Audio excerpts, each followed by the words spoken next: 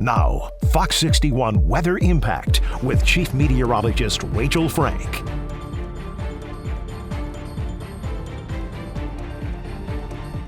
Hi everyone, Fox 61 Chief Meteorologist Rachel Frank with your weather impact forecast. We finally got some much needed rainfall. This isn't a drought buster, but every little bit helps, up to about a half an inch for most of the state.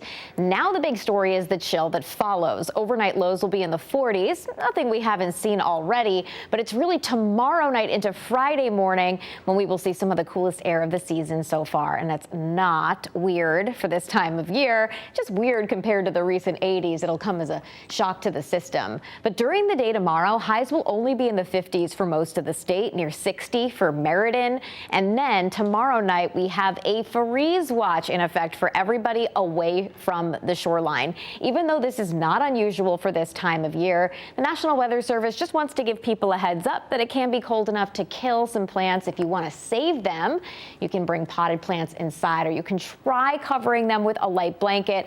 But this is the time of year where if you have some extra tomatoes on the vine where you'd want to pick them off, or you'd want to, cut some of those flowers outside that maybe you want to enjoy inside your home before they end up dying due to the cold, because these are some pretty cold temperatures. Upper 20s for Windham, 32 for an overnight low in Meriden, and near 40 for the New Haven area. This is, of course, again, not unusual for this time of year. We are right around the average first freeze dates inland. So goes with the territory.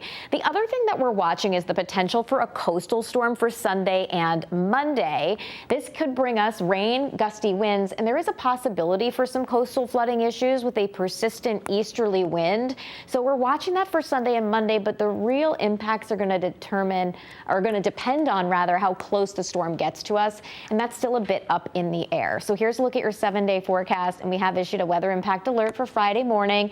Again, not because the weather is bad, but just because we wanted to give you a heads up in case you have a green thumb and you want to protect those plants. Saturday looks great. Highs will be in the 60s to near 70 degrees. And then we have the potential for rain and wind Sunday and also Monday as well. In fact, some of those showers could linger into Tuesday, although the impact should be lessening by that point.